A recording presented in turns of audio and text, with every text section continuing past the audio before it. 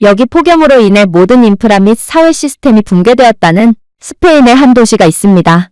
그리고 이곳의 한 여성은 자국의 시스템 붕괴로 인해 아무것도 할 수 없게 된 상황에 울며 겨자 먹기로 평소에 무시하던 한국으로 오게 되었다고 하는데요.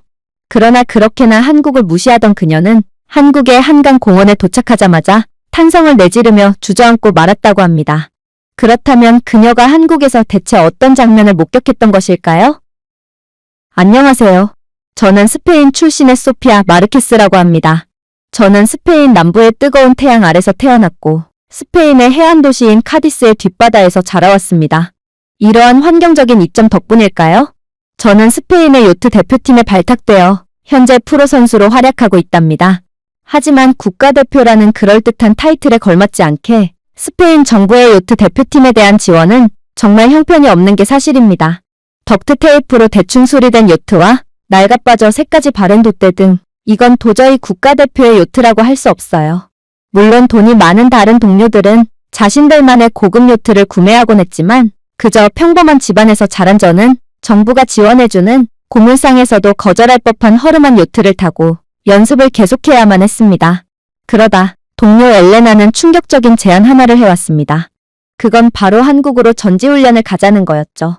한국이라는 나라는 분명 뜬금없긴 했지만 저희로서는 전지훈련이 꼭 필요한 상황이긴 했습니다. 현재 이상기후로 인해 유럽 전역이 끓는 듯한 폭염으로 고통받고 있다는 사실은 이제 너무나도 유명해졌지만 원래부터 여름 더위로 유명했던 스페인, 특히 항구 도시 카디스는 이번 여름이 단순히 덥기만 한 것이 아니었거든요. 생존의 문제였습니다. 일단 지금 카디스에는 길거리를 걷는 사람, 문을 연 레스토랑이나 카페 등을 좀처럼 찾아볼 수 없어요. 지금 날씨에 밖에 나돌아다니는 건 곧 죽음을 의미하거든요. 또 스페인에서는 에어컨 자체를 애초에 찾아볼 수 없기에 사람들은 그저 집에만 틀어박혀 30분 간격으로 몸에 물을 끼얹고 선풍기 바람을 쐬며 생존을 위한 투쟁을 하고 있습니다. 당연히 저희의 연습도 무기한 중단되었죠.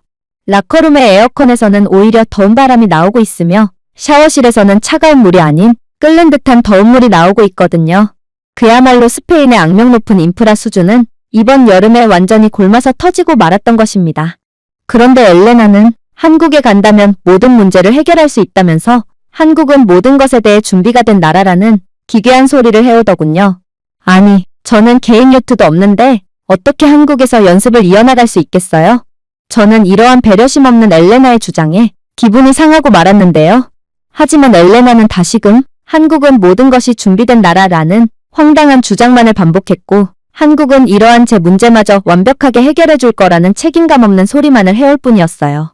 그녀의 말에 한국이라면 K-팝 정도만 알고 있던 저는 한국은 배가 존재하는 국가긴 하냐며 지금 스페인도 이러한 폭염의 상황에 괴멸적인 위기를 겪고 있는데 스페인보다 수준이 떨어지는 국가에서 무엇을 기대할 수 있겠냐며 모진 말을 쏟아내버렸는데요.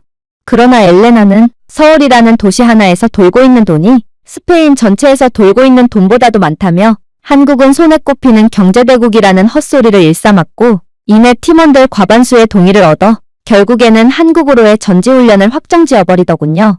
그렇게 저는 억지로 한국으로 가게 되었습니다. 저는 거의 도살장에 끌려가는 소처럼 분노와 원망, 슬픔의 감정을 느끼며 비행기에 탑승했습니다.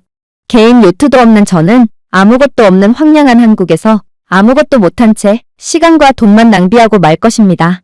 그리고 실제로 그렇게 비행기에서 내린 저는 한국의 숨막히는 더위와 습도에 완전히 학을 떼고 말았어요. 지금 스페인 내부에서는 현재의 스페인은 세계에서 가장 더운 상황이라며 엄살을 부리고 있는데 한국은 그러한 스페인의 더위 수준을 2단계나 능가한 상황이었죠. 결국 저희는 지옥 같은 더위 속에 아무것도 준비가 되어 있지 않은 한국에서 아이스크림처럼 녹아내리고 말 것입니다. 하지만 그렇게 울상을 지으며 인천공항 내부로 진입했을 때 저는 거의 경악을 하며 소리를 지르고 말았습니다. 피부에서 비처럼 흐르던 땀은 완전히 건조되었고 폐는 더 이상 습기로 가득하지 않았거든요. 마치 아프리카에서 1초 만에 북극으로 이동한 것처럼 한국의 공항 내부는 완전히 다른 시원한 모습을 보여주고 있었어요. 어떻게 이게 가능할까요? 엘레나는 분명 인천공항은 세계에서 가장 큰 공항 중 하나라고 했어요. 그런데 이렇듯 거대한 공간에 대한 온도를 자유자재로 조절할 수 있다고요? 스페인에서는 작은 백화점 하나 온도를 조절하는데도 상당히 애를 먹고 있습니다. 스페인의 전력 수급 시스템은 매우 불안정해서 조금이라도 에어컨을 강하게 튼다면 백화점 전체가 정전이 나버리거든요. 하지만 한국은 도대체 어떤 수준의 전력 공급 수준 및 기술력을 갖추고 있으면 이렇듯 거대한 공간을 마치 원룸에서 에어컨을 켜는 것처럼 너무나도 쉽게 유지할 수 있단 말인가요? 나중에 알게 된 사실이지만 인천공항의 기후 시스템의 비결은 단순한 에어컨뿐만이 아니라고 했습니다. 그중 핵심은 AI로 제어되는 센서 기반 미세 기후 관리 네트워크였어요. 인천공항의 바닥에는 공항 이용객들의 통행량이 많은 공간의 체온 밀도 상승을 감지하는 열전도도 센서가 존재했습니다. 그리고 천장 패널은 30초마다 공기 속도와 방향을 조절하며 거의 보이지 않는 방향성 노즐 클러스터가 미묘한 식물성 향기가 담긴 정화된 공기를 분사하고 있었죠. 맞습니다. 한국은 극한 수준의 높은 기술력을 통해 가장 효율적인 방법으로 최적의 온도를 유지하는 동시에 매우 쾌적한 정화된 공기까지 제공하고 있던 것입니다. 스페인 공항에서는 얼마 전 에어컨을 틀다가 전력 자체가 아예 차단되어 버리는 사고가 일어났고 몇 시간 동안이나 전기가 차단된 상황에서 공항에서의 모든 비행 일정이 꼬여버려 천문학적인 손해가 발생했는데 이 이후로 스페인의 대부분의 공항에서는 선풍기로만 온도를 조절하는 믿을 수 없을 만큼 열악한 모습을 보여주고 있습니다. 하지만 한국은 그런 스페인의 현실을 완전히 비웃는 듯한 훨씬 진보된 인프라를 자랑하고 있던 것입니다. 그러나 한국에 더욱 충격적이었던 점은 따로 있었어요. 이곳 공항은 완벽한 온습도 및 공기 수준을 보여주고 있는 것도 모자라 청소마저 인간이 아닌 전부 로봇으로 대체해놓은 상황이었거든요. 심지어 한국의 바닥 청소 로봇은 단순히 청소만 하는 것이 아니었습니다. 로봇은 승객들 주위를 돌아다니며 정중하게 인사를 하고 라이다 센서와 AI 경로 최적화 소프트웨어를 사용하여 자동으로 사람들이나 장애물을 피해갔거든요. 도대체 제가 무엇을 본 건가요? 스페인에서는 청소 로봇은커녕 청소 직원을 고용할 경제적 능력조차 없어서 공항을 비롯한 공공장소 대부분은 쓰레기로 넘쳐나고 있습니다. 오죽했으면 스페인의 들개가 거의 늑대만큼 커다란 이유는 이 들개들은 전부 스페인 곳곳의 청소 인력 부족으로 인해 넘쳐나는 쓰레기를 원없이 주워먹은 덕분이고 스페인이 청소 인력을 늘린다면 들개 문제는 곧바로 해결할 수 있다는 소리가 공영방송의 뉴스 앵커로부터 나오기까지 했을 정도죠. 실제로 제 팀원 몇몇은 이러한 로봇들이 청소를 하고 있는 인천공항의 모습을 자신들의 SNS에 공유하기도 했는데 스페인 사람들은 아예 이러한 장면을 믿지도 못하는 반응을 보이더군요. 이들은 지금은 21세기밖에 안 됐는데 그런 기술을 진작에 개발하고 상용화해놓기까지 했을 수는 없다며 거의 경악을 했습니다. 그러나 한국은 정말로 뭔가 달랐던 것입니다. 그러나 그때 충격적인 일이 벌어지기 시작했어요. 엘레나가 갑자기 소리를 지르며 난리를 치길래 그녀에게 빠르게 다가가 봤더니 한국 공항의 의자가 거의 귀신이 들린 듯한 모습을 보여주고 있었거든요. 왜냐하면 의자는 무려 자가소독을 하고 있었기 때문입니다. 의자는 누군가 일어날 때마다 자외선 차단고리가 아래에서 활성화되었고 표면을 휩쓸어 3초 만에 99.9%의 박테리아를 죽이고 있었어요. 제가 이러한 말도 안 되는 모습을 보고 깜짝 놀라서 옆에 있는 한국인 공항 직원처럼 보이는 정장 차림의 남성에게 말을 거니 그는 저희 모두로 하여금 완전히 넋이 나가도록 하는 말을 해오기 시작했어요. 인천공항의 몇몇 의자들은 일정량 이상으로 오염이 되었을 경우 자가소독을 하는 기능이 있는 첨단 의자예요. 특히나 여름철에는 땀으로 인해 더욱 빠르게 오염이 되므로 자가소독 주기가 더 빨라지죠. 이 덕분에 인천공항에서는 누군가의 땀에 젖은 불쾌한 의자를 앉을 필요가 없어요. 저는 그저 할 말을 잃고 말았어요. 가난한 국가인 줄 알고 온 한국이었는데 한국은 스페인 공항에 싸구려 플라스틱 의자에 생선기름 냄새가 나고 찢어진 쿠션이 덕트 테이프로 대충 수리되어 있는 모습과는 차원이 다른 모습을 보여주고 있는 국가였던 것입니다. 특히나 이 한국인은 공항 직원도 아닌 그저 평범한 공항 이용객일 뿐이었는데 그는 저희에게 이러한 설명을 해줄 어떠한 이유도 없었음에도 유창한 영어 실력을 뽐내며 전문적인 설명까지 건네주는 모습을 보니 한국인들의 수준과 시민의식까지 어느 정도 파악할 수 있었어요. 정말로 엘레나의 말처럼 한국은 모든 불가능해 보이는 것들을 가능하게 만들 정도로 기적의 나라였다는 말인가요? 그렇게 저는 숨을 죽이며 계속해서 이동을 할 뿐이었습니다. 하지만 이러한 저희의 무탈할 것만 같던 여정은 긴장을 놓음과 동시에 소름 돋는 위기의 순간을 맞이하게 되었습니다. 장거리 비행을 했던 저희 중 유난히 피곤해하던 마리아는 거의 파김치가 되어 자는 건지 걷는 건지 모를 정도로 힘겹게 이동을 하던 상황이었습니다. 그런데 그렇게 그녀가 마치 할머니처럼 절뚝거리며 걷고 있을 때 마치 폭발물을 감지하는 로봇처럼 생긴 로봇이 마리아의 앞을 막아서기 시작하는 것 아니겠어요? 마리아는 본능적으로 항복하며 팔을 들어 올렸습니다. 당연했죠. 스페인 및 유럽 공항에서는 이렇듯 밀수품 및 폭발물에 대한 불시 검문을 하는 경우가 매우 흔합니다.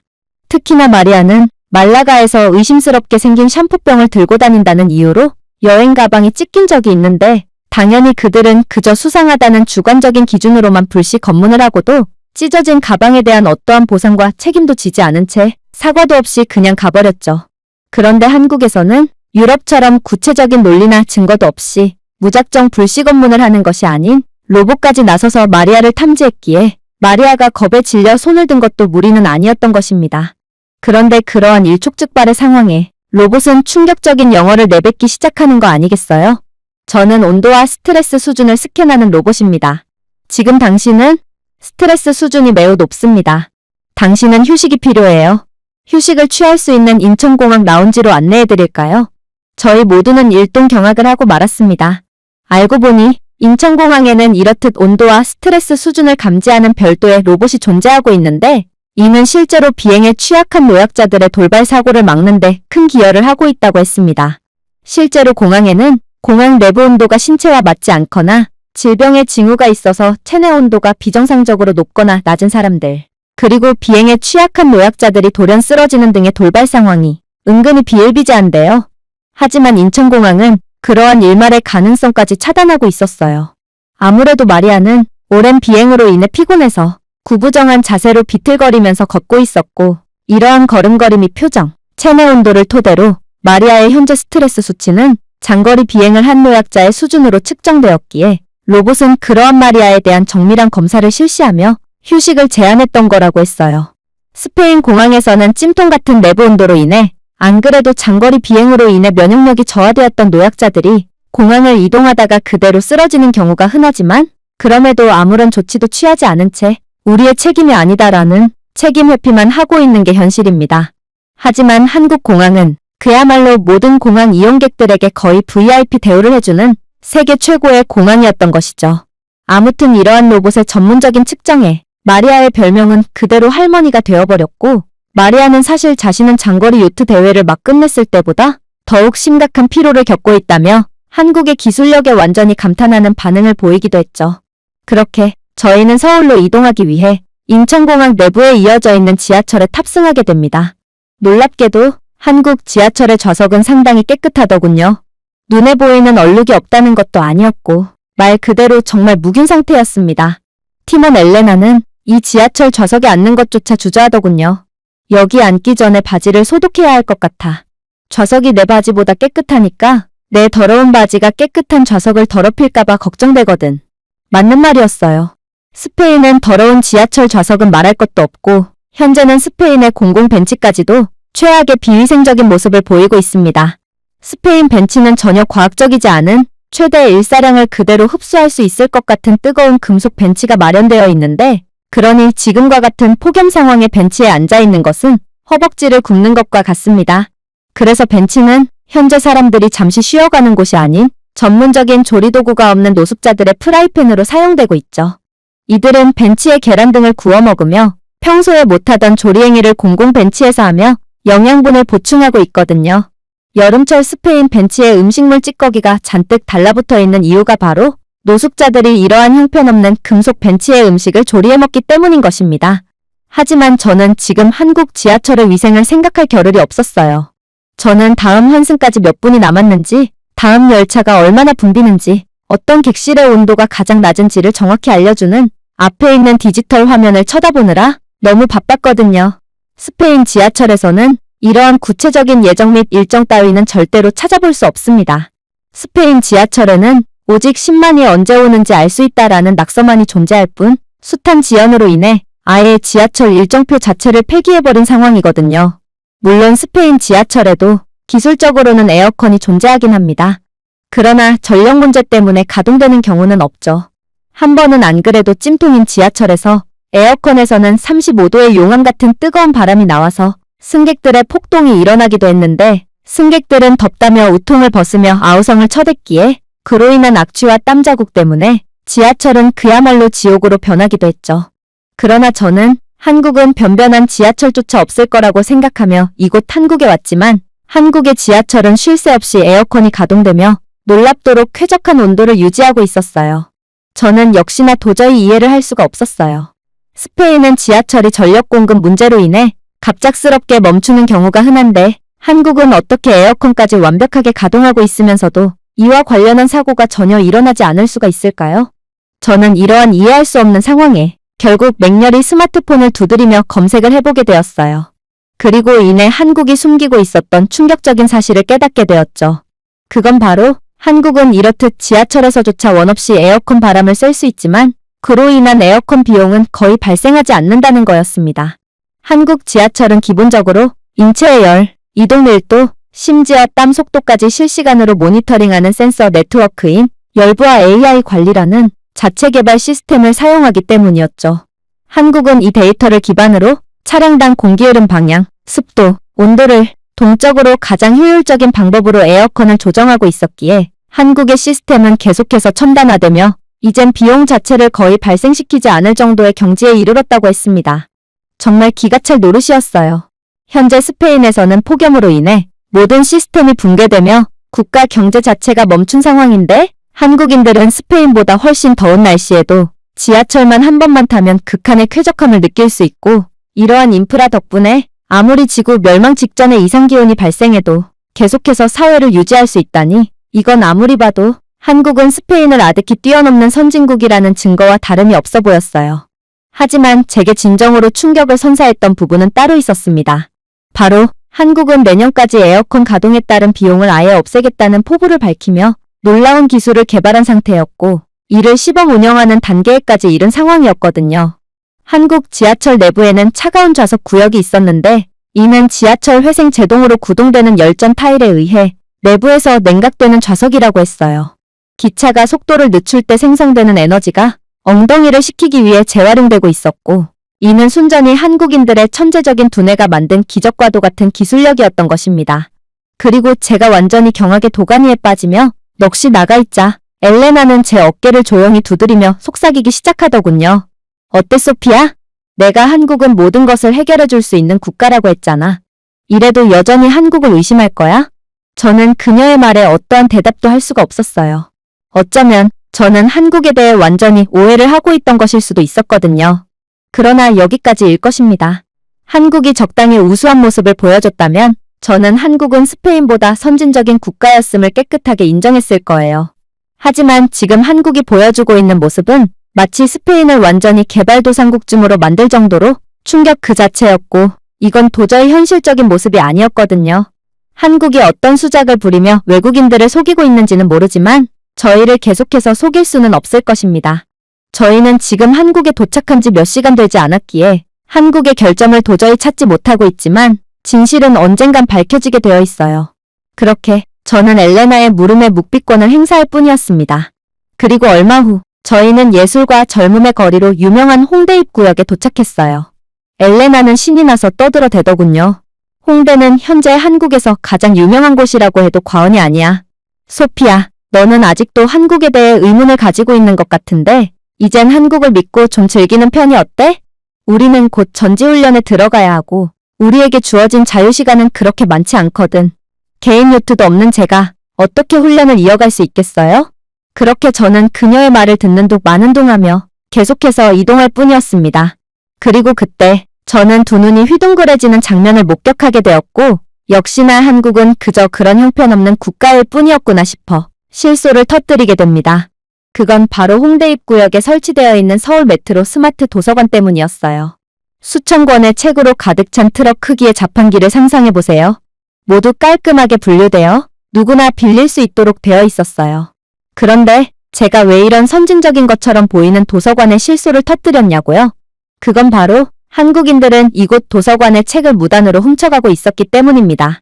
엘레나가 이러한 지하철 시설의 도서관을 꾸며놓을 생각을 한 한국의 아이디어에 감탄하고 있을 때 한 여성이 그대로 지하철 도서관에서 책 2권을 빼가더니 자신의 가방 안에 넣고 주랭랑을 치기 시작했어요. 저는 자나깨나 한국 칭찬에 일색인 엘레나의 코를 완전히 납작하게 만들기 위해서 거의 과장을 하며 그녀에게 다가가 영어로 맹렬히 따지게 되었습니다. 당신은 방금 책을 훔쳤습니다. 적법한 대여 과정도 거치지 않고 그대로 책을 주워 담아 도망가는 건 명백한 절도 행위예요. 당신은 부끄럽지도 않나요? 솔직히 저는 그녀를 나무랄 처지가 못 됐어요. 스페인 도서관에서는 도서관 이용객뿐만 아니라 사서조차 앞장서서 책들을 훔쳐대고 있고, 오죽했으면 스페인에서 도서관은 구조적으로 지어진 지 2년 내에 망할 수밖에 없다는 우스갯소리까지 존재하는 상황입니다.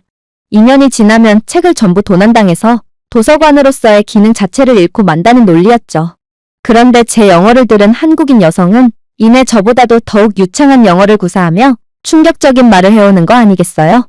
이곳은 양심으로만 운영되는 무인도서관이에요. 그러니 대여 과정을 거칠 것도 없죠. 그런데 방금 저보고 책을 훔쳤다고 하셨나요? 제가 왜 책을 훔치죠? 이 2권의 책을 훔친다고 해서 제게 경제적인 이익으로 작용하기라도 한다는 말인가요? 저는 그저 할 말을 잃고 말았어요. 저는 지금 공개적으로 접근할 수 있는 무인도서관에서 수만 달러 상당의 책들에 둘러싸여 있습니다. 그런데 경비원도 없고 카메라도 없고 그냥 실내로만 운영된다니요? 이건 도저히 운영이 가능한 시스템이 아니었습니다. 그래서 저는 이 한국인 여성이 책을 훔치고도 궁색한 변명을 하며 제게 혼란을 주려는 거라고 생각했어요. 하지만 그녀는 제 여전히 의심스럽다는 눈빛을 보고는 추가적인 설명을 해오기 시작하더군요. 보세요. 이곳 무인도서관은 벌써 5년이 넘도록 운영되고 있어요. 그런데 책은 오히려 처음보다도 늘어났죠. 이해가 되시나요? 도서 수거율은 100%를 넘어가는 수준이라는 말입니다. 한국인들은 자신들이 대여한 책을 그대로 반납하는 것은 물론 자신이 안 보는 책이나 남들에게 추천해주고 싶은 책까지 무상으로 기부하며 이 도서관이 원활하게 유지될 수 있도록 힘을 보태고 있는 거예요. 설마 당신의 국가에서는 이러한 무인 도서관 자체가 없는 건가요? 왜 무인 시스템 자체를 이해하지 못하는 거죠? 저는 그대로 굳어버리고 말았습니다. 스페인에서는 사람이 감시를 하고 있어도 훔쳐가는 상황인데 한국은 제발 가져가 달라고 구걸하는 수준의 시스템을 구현해 놓았음에도 아무도 물건을 훔쳐가지 않고 있었거든요. 심지어 이곳 스마트 도서관에는 스페인 도서관에서는 전 지역을 돌아도 절대로 찾을 수 없었던 조지 오웰의 오래된 책까지 찾아볼 수 있었는데 이를 도서관 측에서 구비해 두었을 리는 없고 아무래도 한국인들은 정말로 자신들이 영감을 받았던 책을 불특정 다수에게 추천해주기 위해 책을 기증하고 있음이 분명해 보였습니다. 그렇게 저는 한국의 한심한 실체를 밝히기 위해 잔뜩 허세를 부렸지만 결국 엘레나 앞에서 수모만 당하며 완전히 자존심이 박살나고 말았습니다. 저는 잔뜩 풀이 죽어 지하철역을 빠져나갔고 힘없이 홍대 거리를 구경했습니다. 이곳은 서울에서 가장 유명한 번화가 중 하나였고 그렇기에 저는 끔찍한 혼란을 기대했어요. 당연했죠. 스페인에서는 이렇듯 불특정 다수가 모이는 곳은 필연적으로 위험해지고 엄청난 혼란과 오염으로 가득해지거든요. 그러나 저는 이곳 홍대 번화가에서 예상치도 못한 모습만을 발견할 뿐이었습니다. 엘레나는 한국 지하철의 막강한 에어컨 바람을 쐬고 자신은 일평생을 돌아봐도 스페인에서 에어컨 바람을 쐰 적이 손에 꼽는다며 결국 한국의 시원한 에어컨 바람을 이겨내지 못하고 재채기를 해댔는데요. 그런데 그때 웬 한국 학생이 그런 엘레나에게 휴지를 건네오는 거 아니겠어요?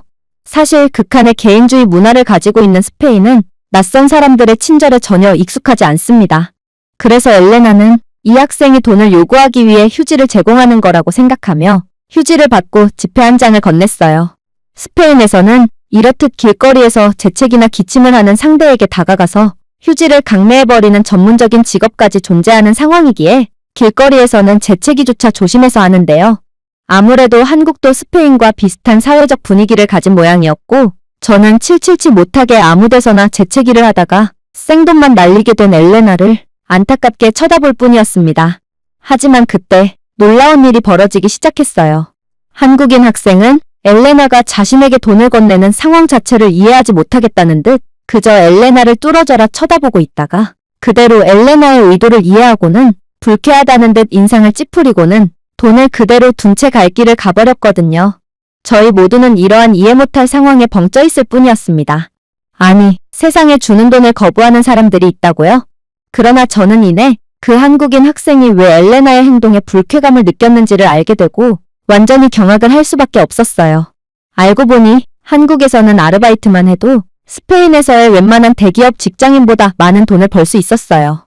한국은 스페인을 아득히 능가하는 경제대국이었고 최저임금이나 기본적인 임금 자체도 스페인보다 훨씬 높았기에 실제로 수많은 스페인 사람들이 더 나은 기회와 임금을 찾아 한국으로 쇄도해오고 있다고 하더군요. 즉, 엘레나는 어쩌면 자신보다 많은 돈을 벌지도 모르는 한국인 학생에게 지폐를 건네는 거만한 행동을 했던 것입니다. 그리고 저희 모두는 이러한 순수한 호의가 아직도 살아있는 한국의 아름다운 사회적 분위기에 그저 할 말을 잃고 말았어요. 아무래도 한국인들은 애초에 극한의 개인주의에 찌든 스페인 사람들이 감히 이해할 수가 없는 사람들이었던 것입니다. 그렇게 저희 모두는 거리 한가운데 있는 벤치에 앉아 반성의 시간을 가지게 되었습니다. 그리고 벤치에 앉자마자 저는 문득 놀라운 사실 하나를 깨닫게 되었죠. 그건 바로 현재의 한국의 온도는 36도가 넘어가는 상황이었고 습도는 거의 100%에 육박할 정도로 지옥의 날씨였음에도 불구하고 저희는 더위를 거의 느끼지 못했다는 것입니다. 도대체 어떻게 된 일일까요? 그리고 저희는 지금껏 의식하지 못하는 사이에 한국의 냉방 인프라의 수혜를 받고 있었다는 것을 인지하게 되었죠. 저희가 지금 앉아있는 벤치만 해도 그랬습니다. 여름철마다 프라이팬 대용으로 사용되는 스페인의 벤치와는 달리 한국의 벤치에는 벤치 자체에 에어컨이 설치되어 있었습니다. 더 놀라운 점이요. 한국에는 이러한 냉방 벤치를 매우 흔하게 찾아볼 수 있는데 이러한 무지막지한 인프라를 유지하는 데 사용되는 비용은 거의 없다는 사실입니다. 언뜻 보면 그저 너무나도 평범하게만 보이는 이 벤치에는 한국이 자체 기술력으로 개발한 기술이 탑재되어 있었는데 이 벤치는 태양열로 작동하는 리튬 냉각셀을 통해 조절되는 열에너지를 흡수하고 저장하는 복합재인 상변화 물질층이 내장되어 있다고 했습니다. 쉽게 말해 낮에는 벤치가 태양열을 통해 자동으로 충전되고 온도가 27도 이상 상승하면 냉각을 즉각적으로 방출하고 있었어요. 덕분에 한국의 시민들은 아무리 날씨가 무척이나 덥더라도 그저 어디에서나 찾아볼 수 있는 이러한 냉방 인프라를 이용하며 열기를 식히면 되었으므로 땀조차 거의 내지 않고 어디든 쾌적하게 이동할 수 있는 거였습니다. 저는 그저 착잡한 기분만을 느낄 뿐이었어요. 스페인에서 36도는 세 가지를 의미합니다. 모든 정부 기관이 문을 닫고 아이스크림이 수프가 되며 이러한 냉방 인프라가 전무한 스페인 시민들은 하나둘씩 거리에서 쓰러지며 그대로 병원으로 호송되죠. 물론 실려간 병원에서도 에어컨 따위는 없는 것은 마찬가지지만 말입니다. 하지만 서울에서 저희는 스마트 미스트 기둥이 늘어선 보도 아래를 걷고 있었습니다. 덕분에 뜨거워진 피부는 식고 공기까지 정화되고 있었어요. 그런데 그때 마리아가 놀라운 말을 해오기 시작하더군요. 저기 편의점이 있네. 목이 마른데 저 편의점에 들르는 건 어때? 저는 그녀가 더위를 먹은 건가 싶어 기겁을 하고 말았습니다. 이 날씨에 편의점에 가자고요? 스페인에서는 여름철마다 정전이 되는 게 기본이기에 편의점 같은 냉장 및 냉동식품들이 많은 곳에는 절대로 가면 안 됩니다. 아이스크림은 정전 때문에 녹아서 다시 얼린 아이스크림들 뿐이고 음료수와 생수도 전부 미지근하고 어떤 음료는 더운 날씨에 오랫동안 방치된 나머지 그대로 썩어서 색깔까지 변해 있죠. 그래서 스페인에서는 아이 교육을 시킬 때도 횡단보도를 건너는 법 다음으로 여름철에 편의점에 가면 안 된다는 것을 배웁니다. 이러한 상황에서 마리아는 도대체 무슨 자신감으로 편의점에 가보자고 말해오는 건가요? 그러나 저희 팀원들 모두는 한국에 대해 완전히 신뢰하게 되었는지 그대로 근처의 편의점으로 향하기 시작하더군요. 하지만 그렇게 마지못해 도착한 편의점에서 저는 거의 소리를 지를 뻔했습니다. 편의점 내부로 들어가는 순간 척추가 풀리는 느낌이 들었거든요. 시원하다 못해 춥기까지 하더라고요. 하지만 정말로 놀라웠던 건 이들이 판매하는 물건들이었습니다. 한국 편의점의 음료 냉장고는 정전에 걱정 없이 완벽하게 작동하고 있었으며 아이스크림도 전혀 녹은 흔적이 보이지 않았습니다. 그렇게 저희는 완벽하게 냉동 상태를 유지하는 아이스크림을 고른 뒤 편의점에서 나가게 됩니다. 제가 고른 냉동 우유, 팥, 연유, 그리고 인절미가 들어있는 컵 팥빙수는 정말 아이스크림계의 혁명이라고 불려야 할 정도로 엄청난 풍미를 자랑했고 저는 편의점에서 이러한 고품질의 아이스크림을 맛볼 수 있는 것에 대해 감동까지 느끼고 말았어요. 그러나 컵빙수를 고른 저희와는 달리 그저 평범해 보이는 아이스크림을 고른 마리아는 이내 이럴 수는 없다는 듯 고성을 지르고 말았는데요. 바로 이 더운 날씨에도 불구하고 그녀의 아이스크림은 전혀 녹는 법이 없었거든요. 나중에 알고 보니 한국은 아이스크림 기업조차도 엄청난 기술력을 갖고 있는 무자비한 국가였어요. 한국 아이스크림의 포장지는 레열 기술이 탑재된 레열 포장지였고, 덕분에 이러한 폭염의 상황에도 더위를 최대한 버티며 냉동 상태를 계속해서 유지하고 있던 거였어요. 스페인에서는 여름철에 아이스크림을 구매한다는 것은 얼음은 3분의 1만 먹고 나머지는 손에 줄줄 흘려서 버리거나 거의 과일 주스처럼 마셔야 한다는 것을 뜻하지만 한국은 차원이 다른 국가였던 것입니다. 그 외에도 한국에는 더위를 피하기 위해 여러 시스템을 갖추고 있던 상태였어요. 편의점 입구 근처에는 아이스 디스펜서라는 라벨이 붙은 상자가 있었는데 이 상자에는 얼음팩이 여러 개 들어있었기에 한국의 시민들은 오며 가며 얼음팩을 목덜미나 얼굴에 문지르며 더위를 식히고 있었습니다. 심지어 주민센터 등의 공공기관처럼 보이는 곳에는 꼭 큰 글씨로 무언가로 쓰여있기에 뭔가 싶었는데 한국에서는 일정 온도가 넘어가면 공공기관에서 무료로 얼음물을 제공하고 있었기에 한국의 시민들은 걷다가 더우면 무료로 얼음물까지 마실 수 있던 거였습니다. 그렇게 저는 한국에서는 모든 것이 이미 준비가 되어 있다는 엘레나의 말을 이제야 이해하게 되었습니다. 그리고 엘레나는 한국이 최고로 선진적인 국가인 줄은 진작에 알았지만 이 정도일 줄은 몰랐다는 듯 그저 입을 떡 벌리고 있을 뿐이더군요. 그렇게 저희는 전지훈련 장소인 한강으로 향했습니다. 이제는 정말 더워야만 했습니다. 아니, 한국처럼 세계에서 가장 더운 여름철 날씨를 자랑하는 국가에서 저희는 어디를 이동해도 더위를 거의 느끼지 못하는 게 말이나 된다는 말인가요?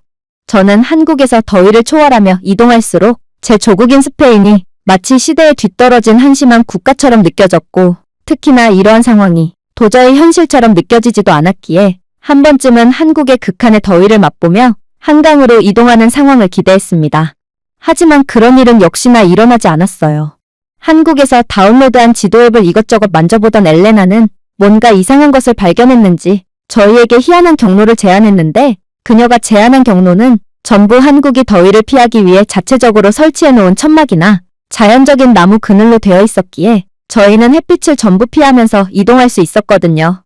그리고 저는 곧 한국의 모바일 지도는 최적의 그늘지고 시원한 보행 경로를 실시간으로 찾아주는 기능까지 존재하고 심지어 경로 중에 에어컨이 빵빵하게 틀어져 있는 관공서 및 공공장소까지 표시해주고 있다는 사실을 깨닫게 되었고 그저 생각을 멈추고 말았습니다. 한국의 더위를 피하는 천재적인 시스템도 놀라웠지만 이들은 그러한 자신들이 만든 시스템과 인프라를 200% 사용하고 있었거든요. 물론 한국에서는 구태여 모바일 지도로 확인하지 않아도 이러한 더위를 피할 수 있는 시설들을 손쉽게 파악할 수 있었어요. 저는 순간 제 아래 인도가 약간 반짝이는 것을 발견했고 도대체 저게 뭔가 싶어서 유심히 관찰했는데 이젠 거의 한국 박사가 된 엘레나는 제게 놀라운 말을 해오기 시작했거든요. 소피야, 그건 장식용이 아니야. 지표는 온도가 38도를 초과하면 색이 변하는 열변색 타일이지. 보행자에게 더위를 경고할 뿐만 아니라 실시간 수요에 따라 공중 냉방 대피소를 조정하는 도시 중앙 시스템으로 데이터를 전송하기도 하고 있어. 우리가 전에 봤던 무료 얼음팩이나 얼음물 보급 장소도 전부 이러한 실시간 감지를 통해 구비해둔 거야. 그야말로 한국은 모든 것을 실시간 수요에 맞게 적재적소에 구비해두니 한국인들 입장에서는 언제 어디서든 부족함 없이 편안한 삶을 누릴 수 있는 거야. 저는 그저 눈을 깜빡일 뿐이었어요. 스페인에서는 기록적인 폭염 상황에도 그저 밖에 나가지 말라는 방송만을 내보낼 뿐 어떠한 시스템적 대응도 하지 않습니다. 심지어 스페인 정부는 더위로 인해 사람들이 쓰러져가고 있음에도 건물 미관을 해치니 에어컨을 설치하지 말라는 책임감 없는 정책만 펼치고 있는 상황이고 사람들이 단체적인 시위를 펼치자 에어컨이 설치되어 있는 한 백화점을 공식적인 더위 피난처로 지정하는 황당한 정책을 펼쳤습니다. 그리고 그렇게 수많은 인파로 몰린 백화점은 단체적인 도난 사고에 더해 사람들이 너무 많아서 오히려 바깥보다 훨씬 더운 웃지 못할 일이 벌어지기도 했죠. 그러나 한국은 그에 비한다면 너무나도 똑똑하고 철저한 국가였습니다. 그런데 그렇게 제 스페인인으로서의 자존감이 바닥을 향하고 있을 무렵 저는 뜻하지 않은 장면을 목격하게 되고 역시나 스페인은 한국보다 형편없는 국가가 아니었구나 싶어 희열과 안도감을 느끼게 되는데요. 그건 바로 횡단보도 근처에 설치되어 있는 그늘 캐노피 구조물이었습니다. 한국의 신호등 근처에는 꼭 노약자들이 앉아서 쉴 수 있도록 간이의자와 함께 그늘막이 설치되어 있더라고요. 사실 현재 스페인에서는 작년부터 부랴부랴 횡단보도에 이러한 간이 그늘막을 설치 중에 있습니다. 그리고 한국에도 이러한 그늘막이 있다는 건 한국은 스페인의 아이디어를 그대로 따라한 게 분명해 보였어요. 사실 이건 기술력이 뛰어나다기보다는 그냥 똑똑한 아이디어를 통한 편의성을 추구하는 장면이었기에 저는 한국이 스페인보다 기술력 면에서는 우위에 있을지는 몰라도 똑똑한 인재들만큼은 스페인 쪽이 훨씬 더 많다는 생각에 약간의 우쭐한 감정을 느꼈습니다. 그러나 제가 이러한 우쭐한 감정에 대해 털어놓으니 엘레나는 저를 마치 짐승을 보듯 보며 충격적인 반응을 보이기 시작하더군요. 소피야, 정신 차려. 이건 한국에서 몇 년 전부터 진작에 구비해두었던 시스템이야. 즉, 스페인이 한국을 따라한 거라고. 스페인뿐만이 아니야. 현재 한국의 여러 가지 더위를 피하는 방식은 유럽 및 세계 각국이 전부 따라하고 있으며 그만큼 한국은 세계적인 기술력 수준에 더해 사람들 개개인도 천재적으로 똑똑하다고 할 수 있지. 그러니 제발 나라 욕을 먹이지 말고 가만히 좀 있어. 한국이 스페인을 따라할 리가 없잖아. 그녀의 말에 저는 실망감에 더해 약간의 오기가 들었어요. 그래서 괜한 억지를 부리기 시작했죠. 그건 그냥 카피잖아. 한국이 자신들을 그대로 따라하는 다른 국가들을 보고도 그냥 놔둔다고? 이건 말이 안 돼. 그러자 엘레나는 한숨을 내쉬더니 이내 다시금 경악스러운 말을 해오기 시작했어요. 아니, 다른 국가들이 한국을 따라할수록 한국도 이익을 보고 있어. 저 그늘막은 그냥 그늘막처럼 보이지만 사실 특수 소재로 만들어져 있기에 거의 반영구적으로 사용이 가능하거든. 즉, 다른 국가들은 한국이 개발한 그늘막을 수입하지 않으면 한국을 따라할 수조차 없다는 거야. 이 가볍고 반투과성이 있는 캐노피 구조물은 태양이 강해질수록 자동으로 어두워지는 온도 반응성 나노 소재가 내장되어 있어. 그렇기에 아무리 강한 햇빛이라도 얼마든지 견딜 수 있고 또 가볍지만 튼튼한 소재 덕분에 오래도록 유지되며 태풍과 같은 자연재해에서도 끄떡없이 버틸 수 있지. 저는 그저 할 말을 잃고 말았어요. 스페인에서는 반쯤 죽은 야자수가 유일한 그늘을 제공하는 구조물입니다. 아마 한국에서 수입한 이케노피 구조물이 아니었다면 스페인은 횡단보도에 야자수를 잔뜩 심어야 했을 운명이었죠. 그러나 한국은 뭐 하나 빼놓을 데가 없는 국가였고 그렇게 한국을 의심했던 제게 또다시 좌절감만을 안겨다 주었던 것입니다. 그렇게 저희는 한강에 도착하게 됩니다.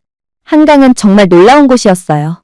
이곳은 분명 도시 한가운데였음에도 강은 고요한 은색 활주로처럼 저희 앞에 펼쳐져 있었고 도시의 중심부를 그대로 가로지르고 있었습니다. 저는 도시 한가운데 있음에도 이렇게나 거대한 포개강은 난생 처음 봤기에 거의 경건함마저 느끼고 말았습니다. 하지만 한강에 무엇보다 놀라웠던 점은 따로 있었어요. 바로 도시 내부에 존재하는 강은 시민들의 접근성이 좋고 이러한 접근성 좋은 강들의 운명은 결국 오염으로 귀결되곤 하지만 한강은 이상하리만큼 깨끗했다는 것입니다. 한강공원 및 보행로에는 담배꽁초 한 갭이 쓰레기 하나도 보이지 않았고 강물에서조차도 작은 쓰레기 하나도 보이지 않는 극한으로 깨끗한 모습을 보여주고 있었거든요. 이건 한국인들의 자연을 아끼고 지키는 높은 시민의식을 여실히 보여주는 것 같았고 저는 그저 이러한 한국의 모습에 조용히 박수를 보낼 뿐이었습니다. 스페인의 이러한 시민들이 자주 찾는 강에는 보행로에 엄청난 쓰레기가 즐비해 있는 것은 기본이고 강물에는 갈색의 정체모를 건더기들이 둥둥 떠다니며 엄청난 악취를 유발하고 있거든요. 그러나 한강은 그러한 스페인의 강에 비해 10배 이상 많은 사람들이 찾는 곳이었음에도 불구하고 어떠한 오염이나 훼손도 찾아볼 수 없었습니다. 그렇게 저는 계속해서 한강의 평화로운 풍경을 넋놓고 쳐다만 보고 있었습니다. 그늘진 선로를 미끄러지듯 지나가는 조깅하는 사람들, 완벽하게 칠해진 차선을 따라가는 자전거들, 잔디밭에서 느긋하게 휴식을 취하는 가족들 등 한강은 그저 보고만 있어도 힐링이 되는 평화로운 광경이 펼쳐져 있었어요. 그런데 저는 문득 걱정이 들기도 했어요. 한강이 관광지로서 굉장히 뛰어난 곳이라는 것쯤은 이제 알았습니다. 하지만 이런 곳에서 훈련을 하라고요? 보통 이렇게나 많은 사람들이 있는 장소는 요트 훈련을 하기에 적합한 곳으로 여겨지지 않습니다. 요트를 정박해 두어야 하는데 사람들이 많을수록 고가의 요트가 도난당할 확률이 높기 때문이죠. 스페인에서도 이러한 잠시 정박해놓은 요트나 배들을 훔치는 전문적인 강도들이 즐비해 있고 그래서 저희는 훈련을 할 때마다 비싼 비용을 내고 요트를 대신 지켜주는 전문적인 직업을 가진 사람들을 고용하느라 수많은 지출까지 하고 있는 상황입니다. 그런데 도대체 엘레나는 무슨 생각으로 이런 곳에서 훈련을 하자고 말해왔던 것일까요? 저는 애초에 개인 요트가 없었기에 잃을 것도 없었지만 아무튼 한강은 저희가 전지훈련을 시작하기에 적합한 곳이 아니었어요. 그러나 엘레나는 역시나 보면 안다는 아리송한 말만을 반복할 뿐이었고, 그렇게 저는 여전히 의심을 품으며 그녀를 따라 이동할 뿐이었어요. 그리고 그녀를 따라 도착한 곳은 바로 탈의실이었습니다. 정말 놀라웠어요. 이곳은 바다가 아닙니다. 그런데 어떻게 강변에 탈의실이 존재할 수가 있단 말인가요? 스페인에서는 강은커녕 휴양지의 바다에서조차 바람에 펄럭이는 천조각 뒤에서 옷을 갈아입습니다. 한 번은 갈매기가 제 비키니 상의를 훔쳐간 적이 있는데 저는 그때 그 누구에게도 도움을 요청할 수 없는 상황에 바람에 흩날리는 싸구려 천조각을 강제로 찢고 몸에 두르고 나온 적도 있어요. 하지만 한강에는 탈의실이 존재하고 있었고, 심지어 한국은 도대체 얼마나 부자의 국가인지 탈의실조차 최첨단의 모습을 하고 있더군요. 사물함 열쇠는 디지털 팔찌의 형식으로 되어 있었는데, 이건 한강에 구비되어 있는 각종 수상 스포츠 장비 사용을 위한 결제 토큰으로 사용할 수도 있고, 한강에 있는 여러 식당 및 카페, 자판기에 태그하면서도 결제를 할 수 있다고 하더군요. 강에서 수상 스포츠를 즐기려면 필연적으로 현금이나 지갑을 가지고 다니기가 어려운 게 사실인데, 한국은 이러한 천재적인 아이디어를 통해 편한 결제 시스템을 구비함에 따른 소비 촉진 효과를 내고 있었고, 이는 지역 경제 흐름을 책임지고 이용객들에게는 극강의 편리함을 제공하고 있던 것입니다. 하지만 마리아는 이곳 탈의실에서 계속해서 주저하더군요. 이곳 라커룸을 믿어도 되는 걸까? 아무래도 지갑이나 귀중품은 라커룸 대신 사람들 눈에 띄지 않는 곳에 숨겨두는 편이 좋겠어. 그러고는 그녀는 탈의실 구석에 있는 소화기를 들추고 그 아래에 자신의 귀중품을 구겨넣기 시작했습니다. 사실 이건 스페인에서는 매우 일반적인 모습이기에 저는 마리아의 행동이 이해가 갔어요. 스페인에서는 탈의실이나 라커룸 시설이 마치 보물찾기 시설처럼 여겨집니다. 시설을 이용하는 사람들뿐만 아니라 탈의실을 관리하는 직원까지 모조리 남의 라커룸을 철사로 딴 뒤 귀중품을 죄다 훔쳐가죠. 오죽하면 스페인에는 자체 제작한 마스터키를 갖고 다니며 전국 탈의실을 돌아다니며 귀중품을 모조리 훔쳐가는 전문적인 직업까지 존재하는 상황입니다.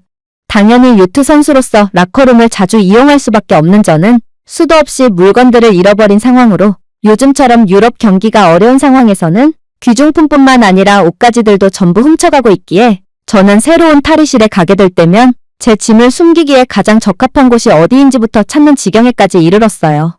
하지만 그렇게 한국을 의심하던 저희에게 엘레나는 충격적인 행동을 해오기 시작하더군요. 그녀는 손짓으로 어딘가를 가리켰는데 그곳에는 웬 스마트폰 한 대가 탈의실 의자에 덩그러니 놓여 있었거든요. 그러고는 그녀는 한국에서는 실수로 벤치에 고가의 스마트폰을 놓고 가도 아무도 훔치지 않는 나라로 카페 등에서 테이블에 지갑이나 노트북을 놓고 가도 아무도 손대지 않는 유일한 나라로 유명하다고 하더라고요. 이건 아무리 생각해도 말이 안 되는 상황이었습니다. 한국이 매우 선진적이고 시민의식도 훌륭한 나라는 맞지만 엘레나는 한국에 너무 푹 빠져서 이미 객관적인 시선을 잃어버린 듯했어요. 그리고 제가 그 고가의 스마트폰을 넋놓고 쳐다보고 있자 한 여성이 탈의실로 들어와서 그 스마트폰을 가지고 가려고 하더군요. 저는 깜짝 놀라서 그녀에게 영어를 사용하며 제지하게 됩니다. 이봐요. 그건 당신의 스마트폰이 아니잖아요. 왜 남의 물건을 훔치려고 하는 거죠? 그러자 그 여성은 이건 자신의 스마트폰이 맞고 자신은 깜빡하고 스마트폰을 탈의실에 두고 물놀이를 즐기다 왔다며 스마트폰 내부에 있는 자신의 사진들까지 확인시켜 주더라고요. 저는 그런 그녀의 결백한 모습에 사과를 하며 그래도 스마트폰을 놓고 왔다는 것을 빨리 알아채서 다행이라고 말한 뒤 조금만 늦었어도 스마트폰은 사라져버렸을 거라고 덧붙였습니다. 하지만 이 한국인 여성은 이내 경악을 금치 못할 말을 해오더군요. 글쎄요. 저는 수상 스포츠 체험을 마치고 제 스마트폰이 없다는 것을 인지했기에 제 스마트폰은 4시간은 넘게 탈의실에서 홀로 저를 기다리고 있었는걸요? 그리고 한국인들은 자신의 물건이 아닌 것은 절대로 훔쳐가지 않아요. 저는 건망증이 심해서 이와 비슷한 경험들이 자주 있음에도 그때마다 항상 제 귀중품을 되찾을 수 있었거든요. 저는 그녀의 말을 듣고 그 즉시 굳어버렸습니다. 이곳은 탈의실이기에 CCTV도 없는 상황이었어요. 그런데 이렇듯 몰래 물건을 훔쳐도 아무런 탈도 나지 않는 상황에 어떻게 한국인들은 끝까지 시민의식을 지키며 스마트폰을 가져가지 않을 수가 있는 건가요? 저와 함께 한국을 의심하던 마리아는 이젠 의심을 멈추고 조용히 자신의 귀중품들을 탈의실 라커룸에 넣기 시작했고 저는 그저 이번에도 상식을 아득히 초월하는 한국의 모습에 머리를 감싸줄 뿐이었어요. 그렇게 탈의실에서의 약간의 소란 후 저희는 수상 스포츠를 즐길 수 있는 별도의 장소로 이동하게 됩니다. 그리고 그곳에서 저는 그 즉시 까무러칠 장면을 목격하게 되었죠.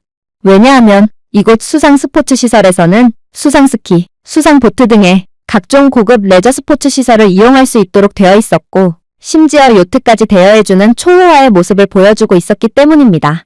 심지어 대여요금도 무척이나 저렴했기에 저는 이 정도 시설을 이 가격에 운영할 수 있는 게 도대체 말이 되나 싶어 그대로 굳어버리고 말았어요. 하지만 한국인 직원은 이러한 외국인들의 반응은 너무나도 많이 겪어봤다는 듯 유창한 영어를 구사하며 한국은 시민들의 건강 증진과 경험의 기회를 제공하기 위해 마진이 남지 않아도 되도록 직영으로 대여 시스템을 운영 중이고, 그렇기에 저렴한 비용으로 장비를 대여해 줄 수 있는 거라는 전문적인 설명을 건네오더군요. 사실 유럽에서는 이러한 수상 스포츠를 부자들만의 전유물이라고 인지하며 저처럼 환경적으로 무리 있는 지역에서 태어난 것이 아니라면 일반적인 서민들은 수상 스포츠를 죽을 때까지 단 한 번도 체험하지 못하는 경우가 대부분이에요. 심지어 이러한 고가의 스포츠 장비를 대여한 뒤 그대로 훔쳐가는 사람들이 너무 많아서 이제는 수상 스포츠 장비를 대여하는 데만 해도 보증인과 범죄 기록, 수입에 대한 인증 서류 등 수많은 서류들을 제출해야 하죠. 즉, 일반적인 사람이라면 대여하기가 거의 불가능에 가깝다는 말입니다. 하지만 한국에서는 도시 중심에 있는 한강만 오면 누구나 수상 스포츠를 매우 저렴한 가격에 즐길 수 있다니 저는 이러한 한국의 부유한 면모에 그저 헛웃음을 지을 뿐이었습니다. 심지어 한국에서는 이러한 대여 과정에서의 어떠한 보증이나 서류도 필요 없었는데 아무래도 한국인들은 어떠한 상황에서도 남의 물건에 손대지 않는다는 탈의실에서의 한국인 여성의 말은 진짜였던 것 같았어요. 그리고 이러한 한국인들의 수준 높은 시민의식 덕분에 이에 대한 혜택은 전 국민이 받고 있었죠. 당연히 가격이 저렴하다고 해서 스포츠 장비마저 저렴한 것은 절대로 아니었어요. 특히나 수상보트는 충격적인 자태를 자랑하고 있기도 했죠. 저는 엔진을 찾기 위해 주위를 둘러봤지만 엔진조차 아무것도 없더군요. 저는 순간적으로 역시나 싼 게 비지떡이구나 싶었지만 대여 직원은 이 보트는 AI 밸러스트 안정기가 탑재되었습니다. 그러니 엔진은 필요 없어요. 라고 설명했습니다. 1초마다 풍향, 승객 균형, 파도 주파수를 계산합니다. 딱히 조종할 필요조차 없어요. 한국이 자체 기술력으로 개발한 최첨단 수상 보트죠? 당신이 원한다면 엔진이 있는 구형 보트를 보여드릴 수 있어요. 맙소사, 한국은 이제 엔진이 달려있는 보트를 구형 보트 취급하는 지경에 이른 것입니다. 그렇게 저는 요트가 없어서 도저히 전지훈련을 할 수 없을 거라는 걱정과는 달리 정말로 엘레나의 말처럼 한국이 모든 문제를 해결해준 덕분에 요트를 대여할 수 있게 되었습니다. 강에서 요트를 대여하다니 이건 정말 있을 수가 없는 일이었지만 그렇게 말도 안 되는 저렴한 금액으로 대여한 요트는 스페인 정부가 국가대표에게 지원해주는 선수용 요트보다도 훨씬 성능이 좋더군요. 한국이 대여해준 요트는 실시간으로 조정되는 돛과 갑작스러운 바람 변화를 경고하고 실시간 항해 팁을 제공하는 AI 어시스턴트 기능까지 존재했기에 이건 초보자들도 쉽게 이용할 수 있을 것처럼 보였어요.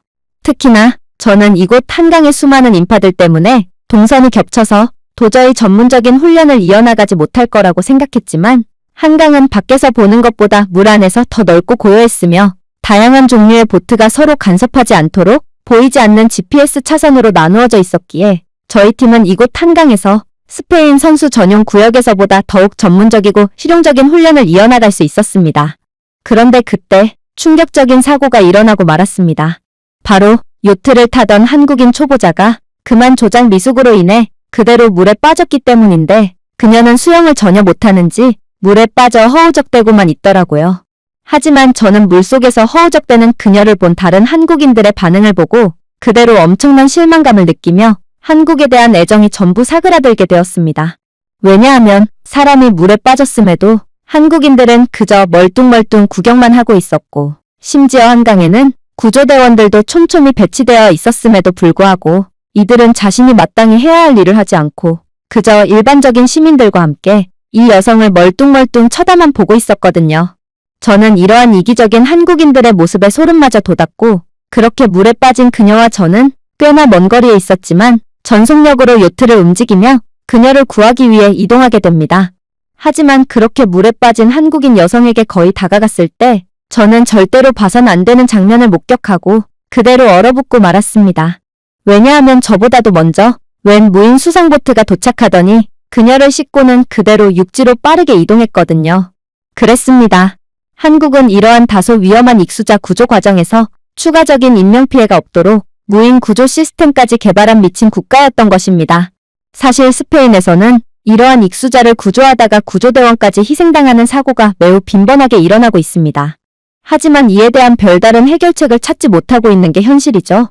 하지만 한국은 이미 인간의 목숨을 살리는 기술력까지 개발한 인류의 선진국인지 이러한 꿈만 같은 기술을 통해 진작에 사람의 목숨을 구원해주고 있었습니다. 그렇게 저희는 모든 훈련을 마치고 샤워실로 향했습니다. 스페인에서는 선수용 시설에조차 샤워실이 없어서 갈색 건더기가 둥둥 떠다니는 오염된 물로 대충 몸을 적시는 것으로 샤워를 대체하곤 하지만 한강에는 무료로 이용할 수 있는 샤워시설까지 존재했고 이 샤워시설에서는 뜨거운 온수가 콸콸 쏟아지는 것도 모자라 샴푸와 린스 등의 샤워용품까지 구비되어 있었기에 저는 다시 한번 한국의 높은 수준의 인프라와 한국인들의 시민의식에 감탄을 할 뿐이었습니다. 스페인이었다면 물도둑과 공용비품 도둑들이 쇄도하며 그야말로 난장판이 되었겠지만 한국에서는 전 세계 그 어떤 국가에서도 유지할 수 없는 수준 높은 인프라를 너무나도 당연하다는 듯 유지하고 있었거든요. 그렇게 샤워까지 마치고 나니 시간은 어느새 밤이 되었습니다. 저는 당연히 빠르게 숙소로 돌아가자고 제안했어요. 스페인에서는 해가 지고 어둠이 찾아옴과 동시에 온 길거리는 완전히 범죄 행위가 만연하는 무법지대가 되어버리거든요. 어둠을 밝힐 수 있는 가로등조차 제대로 구비되어 있지 않은 스페인에서는 시민들을 도와줘야 할 경찰조차 밤은 위험하다라는 이유로 출동을 거부하고 있습니다. 그러니 각종 약물 거래 및 불법 행위는 비일비재하게 일어나고 뭔가에 취한 10대들이 자신의 그림자와 싸우려고 애쓰는 모습으로 가득 차게 되는 거죠. 하지만 한국에서만큼은 엘레나는 밤이 되었음에도 전혀 겁내하지 않았어요. 그녀는 아예 숙소로 돌아갈 생각 자체를 안 했고 이곳 한강 근처에서 식사까지 하고 숙소에 돌아갈 생각이더군요. 저는 자신의 개인적인 호기심 때문에 저희까지 위험에 빠뜨리는 엘레나의 이기적인 면모에 큰 실망감을 느꼈고 그렇게 약간 짜증을 내며 이제 위험하니 숙소로 돌아가야 한다고 말하게 됩니다. 하지만 엘레나는 제 말에 대답조차 하지 않더군요. 대신 그녀는 이번에도 손가락으로 어딘가를 가리킬 뿐이었어요. 그리고 저는 그녀가 가리키는 곳을 보자마자 그렇게 완전히 입을 다물 수밖에 없게 되었죠. 한국에서는 스페인에서처럼 반경 10km 이내의 모든 벌레를 끌어당기는 눈부신 노란색 나트륨 램프가 아니라 부드러운 흰색 LED가 발 아래 은하처럼 콘크리트에 박혀 있었고 이 LED 조명은 산책로를 환하게 밝히고 있었습니다. 보행로는 보행자의 발걸음에 충격을 에너지로 변환하는 공학적인 기술력이 탑재되어 있었고 따라서 이러한 조명에 대한 전기를 무료로 책임지고 있었어요. 맞습니다. 한국의 밤은 스페인의 어두컴컴한 밤과는 달리 무척이나 밝았고 또 안전했던 것입니다. 심지어 한국은 이렇듯 밤을 환하게 밝히는 데에 따른 추가적인 비용이 들지도 않았습니다. 한국의 가로등 시설은 낮에는 태양열을 받아 저장해뒀다가 밤에 사용하는 스마트 친환경 시스템을 사용하고 있었고 그에 더해 보행자들의 걸음에서 얻는 에너지까지 사용하고 있으니 에너지가 부족할 일 자체가 없었거든요. 특히나 한국에서는 아이들조차 보호자 없이 신나게 놀고 있기도 했는데 한강공원 한편에서는 초등학생쯤 되어 보이는 어린아이들이 줄넘기를 하거나 배드민턴을 하며 보호자 없이도 안전한 시간을 보내고 있었거든요. 스페인에서는 아직도 아이를 노리는 유괴 조직이 활기를 치고 있고 그래서 낮이라도 아이를 혼자 방치한다면 보호자가 대신 감옥에 간다는 법률 조항까지 존재하는 상황인데 이곳 한국에서만큼은 그러한 규칙이 전혀 통하지 않고 있었습니다. 그러나 더욱 충격적이었던 점은 따로 있었어요.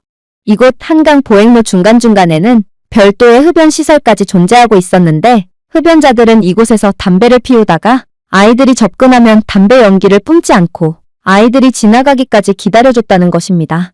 한 아이가 뛰어놀다가 잘못하여 흡연장 바로 앞까지 다가왔어요. 그러자 그곳에 있던 한국인 남성들은 그 즉시 아이를 등지며 아이에게 담배 연기가 이동하는 것을 차단했으며 이미 담배를 한번 빨아들였던 남성들은 얼굴이 새빨갛게 될 정도로 숨을 참으며 아이를 위한 최대한의 배려를 해주더라고요. 이 한국인 어른들의 입장에서는 아이는 그저 생전 처음 보는 남의 아이일 뿐이었어요. 그런데 한국인들은 도대체 남을 위해 왜 그렇게까지 한다는 말인가요? 그렇게 아이가 흡연시설을 떠나고서야 한국의 어른들은 안도의 한숨을 내쉬며 마음껏 흡연을 즐기더군요. 사실 부끄러운 이야기지만 스페인에서는 아이가 있든 없든 길거리 한복판에서 담배를 비롯해 약물까지 대놓고 하는 경우가 많습니다. 저는 한 번은 갓난아기 앞에서 불법 식물로 만든 약에 연기를 뿜어대는 남성을 마주한 적이 있고 그에게 지금 어른으로서 부끄럽지도 않냐며 맹렬히 따진 적이 있어요. 그러자 그 남성의 대답이 가관이었죠. 이 아이는 내 아이가 아닌데 이 아이가 내가 뿜은 연기로 인해 건강이 망가지든 중독자가 되어버리든 그게 나와 무슨 상관이 있지? 스페인은 자유국가야. 나는 이곳에서 연기를 뿜을 권리가 있고 그게 싫으면 갓난아기가 다른 곳으로 이동해야 하는 게 당연한 거 아냐? 그러면서 그는 제게 주먹까지 휘두르려고 하며 다시는 자신에게 훈수를 두지 말라며 위협까지 해댔죠. 이게 바로 스페인의 현실입니다. 자유라는 단어에 몸을 숨긴 채 그에 대한 책임 따위는 지지 않으려고 하는 게 바로 스페인, 유럽이죠. 하지만 여기 한국에서는 모든 어른들이 마치 약속이라도 한 듯 아이를 위해 숨까지 참고 있었습니다. 특히나 저희가 마침내 한강공원에 도착했을 때는 아이들과 함께 피크닉을 즐기고 있는 가족, 그리고 맥주를 즐기고 있는 젊은이들이 혼재되어 있었는데 저는 이들이 같은 공간에 있음에도 어떠한 사고도 발생하지 않는다는 사실 자체가 놀라웠습니다. 스페인에서는 술만 마시면 힘자랑을 하며 허세를 부리려고 하는 남성들이 하루가 멀다 하고 패싸움을 해대고 있고 그렇기에 반드시 문제가 발생할 수밖에 없을 거예요. 그러나 한국인들은 술을 마시든 안 마시든 끝까지 이성을 유지하는 진정으로 수준 높은 사람들이었던 것입니다. 특히나 한 한국인 가족은 저희에게 손을 흔들며 음식을 나눠주기도 했는데 그들은 떡과 치킨, 그리고 식혜까지 계속해서 음식을 권해오더라고요. 극한의 개인주의 문화를 가지고 있는 스페인에서는 대가 없는 호의 따위는 없기에 모르는 사람이 나눠주는 음식은 필연적으로 수면제 등의 약물이 들어있는 경우가 당연하게 여겨집니다. 몸에 지니고 있는 귀중품을 털어가기 위한 미끼 음식인 것이죠. 그러나 저는 한국에서만큼은 그러한 일 따위는 절대로 없을 거라고 확신했고 그렇게 그들이 내어주는 음식을 맛보며 한국인들의 따뜻한 문화를 있는 그대로 즐기게 되었어요. 그리고 모르는 사람들과도 가족이 될 수 있는 한국만의 분위기에 이런 국가에서 사는 한국인들이 진심으로 부러워지기 시작했죠. 그렇게 저희는 한강에서의 절대로 잊지 못할 경험들을 한 뒤 식사를 하기 위해 한 식당으로 들어가게 됩니다. 저희는 테이블에 내장된 스크린을 사용하여 저녁 식사를 주문할 수 있었어요. 놀라웠던 건 이 디지털 스크린은 현재 습도 수준, 자외선 지수, 수분 상태 등을 언급하며 이를 기준으로 가볍고 수분을 공급하는 여름 요리 세트를 추천했다는 것입니다. 한국에서는 전지전능한 AI가 최적의 식단을 제안하고 있던 셈이었어요. 스페인에서는 메뉴를 추천해달라고 요청하면 시큰둥하게 한여름에 뜨거운 국물 요리를 제안하는 불친절한 직원들만이 존재하지만 한국은 모든 면에서 상상을 초월하고 있었어요. 그렇게 저희는 한국어를 전혀 못했음에도 불구하고 세상에서 가장 빠르고 편한 음식 주문을 완료할 수 있었습니다. 한국인 직원은 얼음처럼 차가워 보이는 물 한 병을 저희 옆에 놓았어요. 스페인에서는 이러한 주문하지 않은 물이나 빵을 무료인 줄 알고 먹었다가 그대로 음식값에 청구되곤 하기에 저는 그 물을 손도 대지 않으려고 했어요. 그러나 엘레나는 물병을 덥석 집더니 사정없이 물컵에 따르기 시작하더군요. 저는 기겁을 하며 추가금을 요구하는 상술에 당한 거라고 말했습니다. 하지만 엘레나는 조용히 웃을 뿐이더군요. 한국에서 생수는 무료야. 심지어 반찬도 무료지. 기다려봐. 그녀의 말대로 한국인 직원은 추가적으로 아름다운 도자기 그릇에 담긴 반찬 12개를 내어왔어요. 바삭한 녹두전, 반투명할 정도로 얇은 단무지, 간장에 절인 연근, 매운 오이, 그리고 김치 등 무료라기엔 너무나도 좋은 퀄리티를 자랑하는 음식들이 저희에게 제공되었죠.